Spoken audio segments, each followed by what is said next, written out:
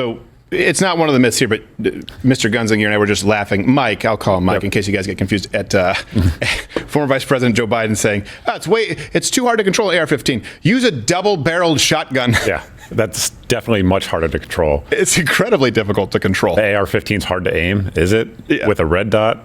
I mean, it really couldn't be easier, right? unless you're Elmer Fudd. So this brings us to 7 myths. So I think these are the ones that you'll most commonly encounter. Number 7, very common myth that you'll hear, that the Second Amendment, how often do we hear this, only applies to muskets. What's the truth? Oh, that's still a graphic there. Well, look, you know this better than probably I do, but historically the Founding Fathers were well aware of the technological advancements with firearms. And there were actually, at that point in time, many firearms that were far more advanced than the muskets that were used in the military, and it just wasn't cost effective. Right. Or it was slower to reload, or there's different reasons they went with it. But yeah, there was semi-automatic air guns were very common in the period. And when you think of an air gun, a lot of people think of like a pellet gun, but these things were legitimately lethal guns that could be used for hunting, self-defense, war, whatever the case may be. Right. Additionally, there was volley guns, which had the capability to fire multiple projectiles. I mean, there was a ton of them. Yeah, well, so to give you an example of a few of them, and you can check all of the references, there was the Kalthoff repeater, actually, which is one I wasn't super familiar with. In a previous video, I addressed sort of the puckle gun, the pepper box revolver, there's the Belton flintlock, there's the flintlock machine gun, actually, and the Girandoni air rifle, which you may not know, that was an air gun that was used the Lewis and Clark expeditions. As a matter of fact, they used that high-capacity air rifle to showcase to all the Native Americans to say, hey, look how much more powerful our boom sticks are to bow and arrows. It was something that the government was aware of and actually encouraged to be used as a display piece. Right.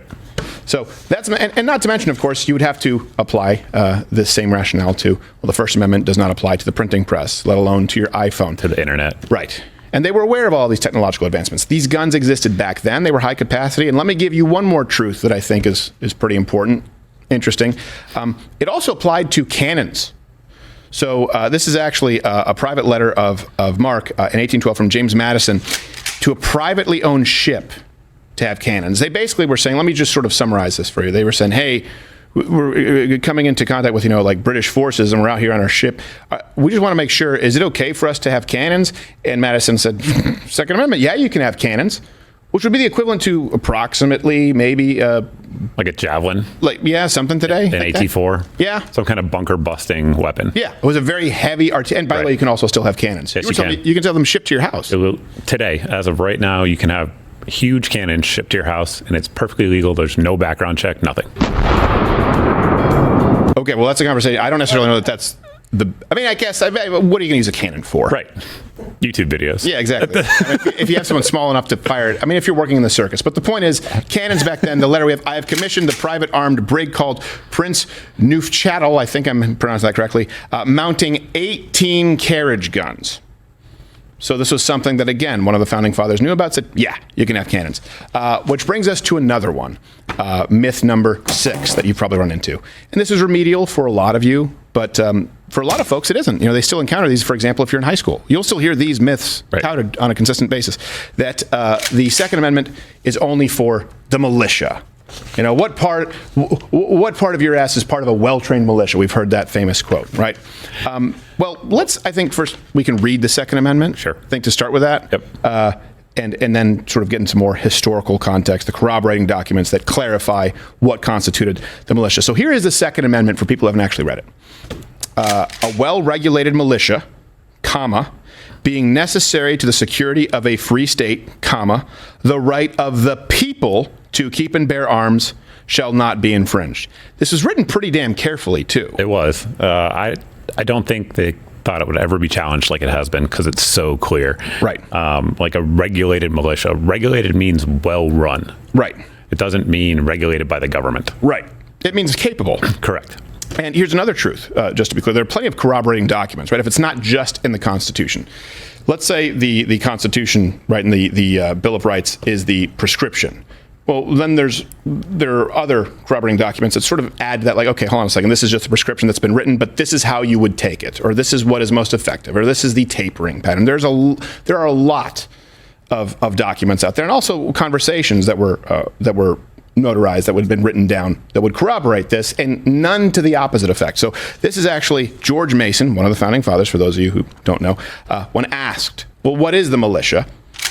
He said, I ask, sir, what is the militia? It is the whole people. To disarm the people is the best and most effectual way to enslave them. So the right of the people, comma, that's after a well-regulated militia, comma, being necessary to the security of a free state, comma, the right of the people and to keep and bear arms. And George Mason said, well, what is a militia? Of course, it's the whole people. You are the militia. Any able-bodied, particularly able-bodied male who can carry a firearm is part of the militia, and you have the right to keep and bear arms. Just don't tell the FBI. Right. Yes, exactly. I mean, I'm pretty sure everyone here is on a list, but we do it so you don't have to. Correct. This one is right in your wheelhouse. Sure. Myth number 5. Sure. And this one is silly, but you do hear this a lot, that a pistol brace makes a gun deadlier. And we didn't know if we should put this in the next installment on technical myths, but it's sort of pervasive culturally right now because of some of the laws that people are facing. So a pistol brace makes a gun deadlier. You can buy the brace without a background check. But when it becomes a dangerous weapon, when that brace changes the gun's legal status and makes it, in essence, the same that caused a mass shooting at a Boulder, Colorado supermarket, the stabilizing brace made and a shorter barrel made a pistol under federal gun regulations. It made it harder for people to buy stabilized braces. Put a pistol on a brace, it turns into a gun. Makes it more, you can have a higher caliber weapon, a higher caliber bullet coming out of that gun. So what's the truth? So it doesn't change the deadliness, if you will, of it at all. If you look back at the history of the National Firearms Act, which is what prohibited short barrel rifles. And which year was that? 1934. 1934, right. It didn't prohibit them. You just had to get a tax stamp to have one. But the reason for that is they're trying to get rid of like gangster guns, if you will, sawed-off shotguns, things like that, things that were easily concealed. So the thing about it is, if you take an AR pistol and you remove the brace, it's actually smaller and easier to conceal than it is with the brace. Right. Additionally, brace pistols, like for ARs, just for this example, the reason people are putting a brace on them is because they have a barrel less than 16 inches. Well, with AR-15s, the amount of, lethality damage that the round is going to do is directly dependent on barrel length. Right. So they're putting them on guns with shorter barrels, therefore they're less lethal than it would be if you had a full-size rifle. Right. And to be clear, the reason for that, for people who may not necessarily be super familiar with ballistics, is you have that powder burning, right? And the longer the barrel, every round kind of has an ideal length to sort of simplify it. And a lot of that powder is still burning, which accelerates the bullet, right? The round has the powder and the bullet is just the tip of it. Remember when you were young, you thought that whole thing was the bullet shooting out the gun? No, it's the tip, basically, at that neck of the round. That powder is still burning.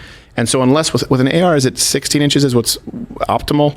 No. So somewhere between 20 to 22 is about optimal, depending on the round and et cetera. It's still pretty rare that you run into people with like 22-inch. Yeah, almost never. Almost never. Almost never. But you're losing a lot of that velocity in a shorter AR-15 that would be using a pistol brace. Correct. And that's when we've done the ballistics video, which you can go and watch. When people talk about that sort of wound channel from the AR-15, that directly relates to the speed, right? When you reach certain speed, that's where you create that hydrostatic shock, that sort of temporary wound cavity, which you wouldn't necessarily be running into sometimes in some scenarios with something that would have that short of a barrel. But really, a pistol brace was originally created for people who were compromised to be able to control a gun. Correct. Alex Bosco is the man who created it, the owner of SB Tactical, and he created it when he was with his friend who was a Marine veteran who couldn't use his AR-15 properly because he was injured, and they were actually kicked off the range because the range officer said they weren't being safe.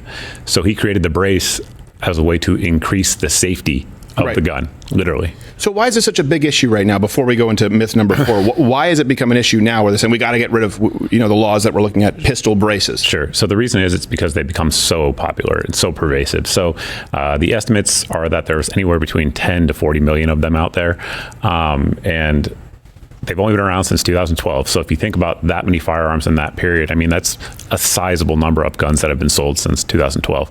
And they're very popular because it just helps a lot of things. For example, I took a new shooter out to the range the other day, a female who hadn't shot guns before, and I gave her a 16-inch AR-9. And she said, oh, it would be so much nicer if it wasn't so heavy out front and had a little bit of a shorter barrel. Well, that's what the pistol brace